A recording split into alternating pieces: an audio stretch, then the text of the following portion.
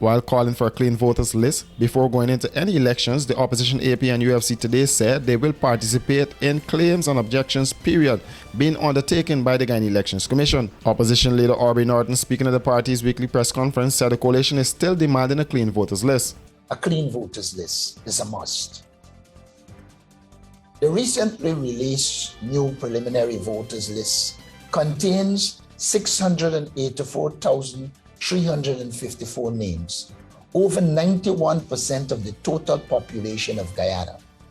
This bloated monstrosity alone provides sufficient grounds to question whether GECOM can deliver an election that accurately reflects the democratic will of the Guyanese people and wins their trust and confidence. This bloated list cannot. Despite these and other concerns, GECOM has forged ahead with elections preparations as per norm. Chairperson Claudette Singh and the PPP commissioners continue to show total disregard for the concerns of the people of Guyana, inclusive of civil society. They continue to block and vote down the sensible resolutions of the opposition commissioners. They continue to entirely ignore the conclusion recommendations of the several 2020 election observer missions, such as CARICOM, the OES. The opposition leader said he stands by his word that the chairman of the Guyana Elections Commission, retired Justice Claudette Singh, has to go, as he rubbished claims by Vice President Barra Jack Dio of bullying. What's the normal stupidity of Jack Dio? Jack Dio was on record after the 2015 election of saying that the then commissioner, the then chairman of the election commission, Mr. Suraj Bali, had to go, but he wasn't considered a bully. How then me saying that the present chairman is not operating in the best interest of the country and therefore she has to go makes me a bully? It is the normal hypocrisy of Barra Jack Dio, a man who called for one commissioner chairman to go, but sees it as right. But once I call for the chairman election to go, I am a bully.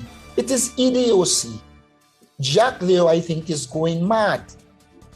When a man can say, knowing all the allegations against him, that he wouldn't allow the illegalities of businessmen to tarnish the image of the PPP, when he knows full well that he would have tarnished the image of the PPP, it's clearly hypocrisy. I think that the reality is Jack Dio is under serious pressure because of these allegations, and he is losing it.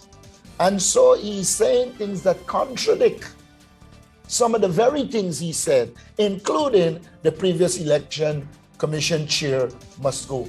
Bears restating what the CARICOM mission concluded in its report on the recount at page 50, and I quote, "As a minimum condition of electoral reform, the team recommends the urgent need for the total re-registration of all voters in Guyana.